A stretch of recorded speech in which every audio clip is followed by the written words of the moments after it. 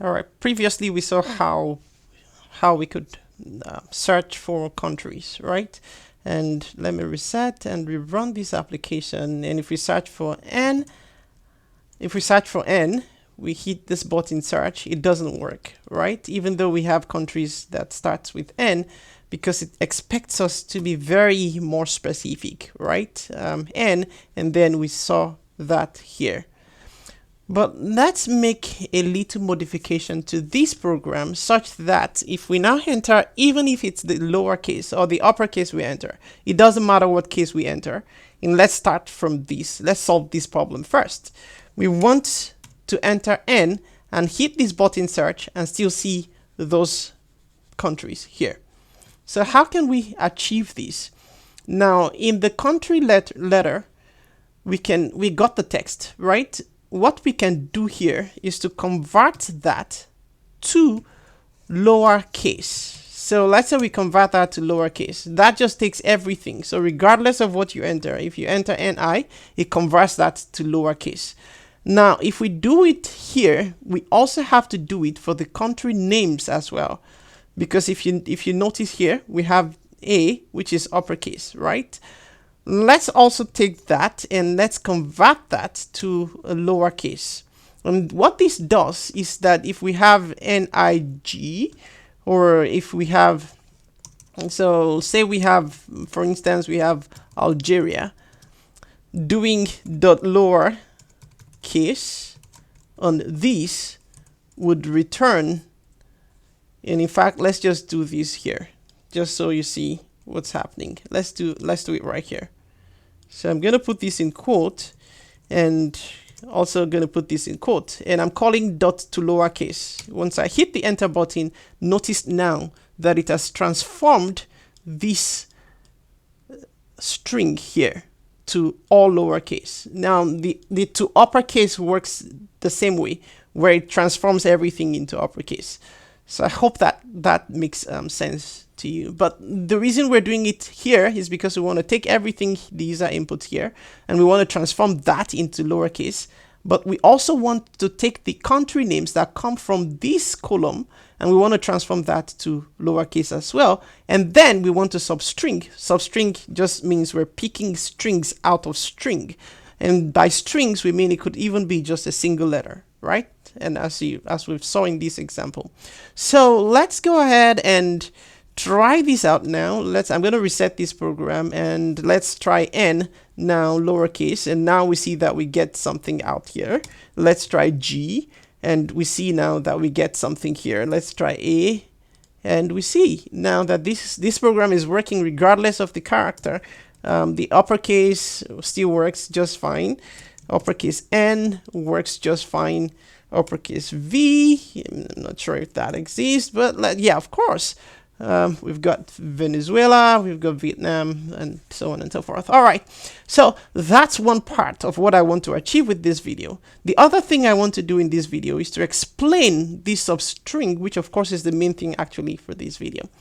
So substring, how does it work? Now, we talked about this substring. This is the starting index. So that's the index we want to start from.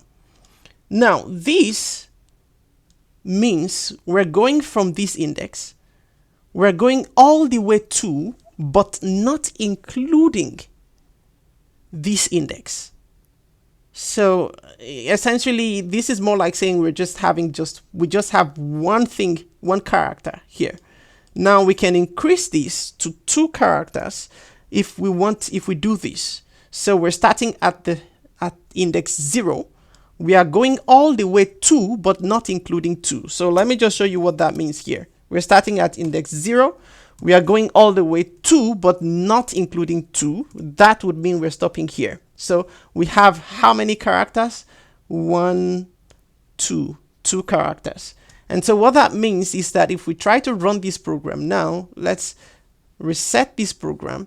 And now keep an eye on this. We have AF, right? And that's the only country that has this AF. Notice now that we only see Afghanistan here. And let's try AL. I believe there are 2 of them.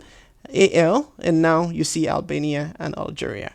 Now, is it possible for us to pick letters that are in between, right? So let's just give this a shot. I believe that Ghana starts with G. However, Afghanistan doesn't start with G, but we have 0, 1, 2 starting at the second index. So let's say we're starting at the second index and we're walking all the way to, but not including how many letters. We have 1, 2, 3, 4 letters. So usually the way I think about this is just to take whatever is here and I subtract that. I subtract these from what you have here, and that gives you the number of characters you would have. So let's go ahead and let's try this out. I'm going to reset this program. I'm going to rerun, and here I just want to type in GHAN, and notice that now we have Afghanistan, not Ghana, right? However, if I change this to 0 and I change this to 4, that would mean I'm going from index 0 all the way to, but not including index 4. So that would mean index 0, index 1, index 2, index 3. If you count what I've just said now, you notice that you have 4 characters. And so let's reset this program again and rerun. And now we have GHAN, and we search, notice we see Ghana, right? So this starting point really matters because that's where it knows where to start looking at. So if you wanted to start looking from the second letter, for instance, that would be what index? That would be index 0, 1. So index 1 is the second letter, right? And say you want to pick just the 3 letters here. What I would do is just to say 1 plus 3, and that would give me 4. That would give me what should go in here. And if you look at it actually more critically, so say for instance we're dealing with this Albania.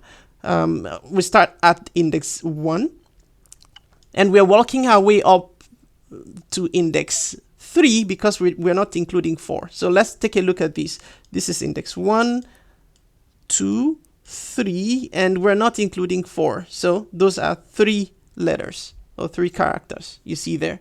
And so if you take 4 minus 1 as well, you'll notice we have 3. So let's go ahead and try to run these, and this will be the last thing we'll do in this program.